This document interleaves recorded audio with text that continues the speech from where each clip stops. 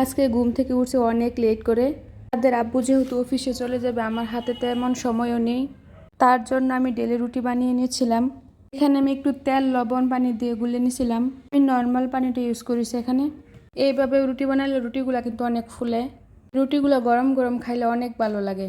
এই রুটিগুলো সবজি দিয়ে খাওয়া হবে। আমার হাতে সময় না থাকলে আমি এমনি রুটি বানিয়ে নিই। আমার কাছে এই রুটিগুলো গরম গরম খেলে অনেক ভালো লাগে।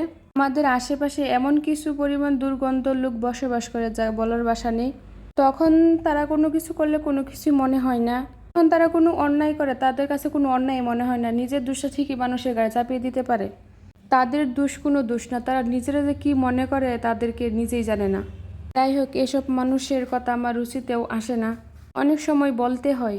আজকে দুপুরে আমাদের বিরিয়ানি ছিল, খাসি দিয়ে বিরিয়ানি রান্না করা হয়েছে। এই বিরিয়ানিটা আমার হাজব্যান্ড রান্না করেছে। বিরিয়ানিটা অনেক মজা হয়েছিল। শুধু বিরিয়ানি না, অন্য এভরিথিং যা রান্না আছে তা অনেক ভালো করতে পারে। সব রান্নাই অনেক মজা হয়ে থাকে। তার রান্না খেয়ে সবাই অনেক প্রশংসাও করে থাকে। মাঝে মাঝে আমি রান্না করতে বলি আমার ভালো না লাগলে। এই তো আমি ব্যালকনির সাইড দিয়ে তারের মধ্যে আমার ছেলের কিছু কাপড় চোপড় ঝুলিয়ে দিছি। যখন ছাদে বেশি কাপড় চোপড় না দিই, তো কিছু হালকা পাতলা কাপড় আমি এখানে দিয়ে দিই। তো দেখেন আকাশটা কি সুন্দর। আকাশে মেঘ দিয়ে কালো হয়ে যাচ্ছে, মনে হয় এখন বৃষ্টি চলে আসবে। চারদিকে আকাশের দৃশ্যটা আমার কাছে অনেক ভালো লাগলো। তার জন্য একটু ভিডিও করে নিলাম। এই নারিকেল গাছগুলোর জন্য আকাশটা আরেকটু সুন্দর বেশি লাগছে। ছাদ থেকে ভিডিও করলে এই নীলটা অনেক বেশি যায়। দৃশ্যটা অনেক সুন্দর ফুটে ওঠে। যাই হোক, আকাশের অবস্থাটা মাশাআল্লাহ অনেক সুন্দর। ভিডিওটি যদি আপনাদের কাছে ভালো লাগে অবশ্যই লাইক কমেন্ট করবেন।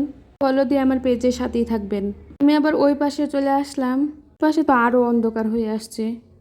যখন মেঘ দিয়ে আকাশটা অন্ধকার হয়ে যায় তখন কিন্তু অনেক ভালো লাগে। যদি কাছে নদী থাকে তাহলে তার কোনো কথাই নেই। আমার ভিডিওটি দেখার জন্য আপনাদের সকলকে অসংখ্য ধন্যবাদ।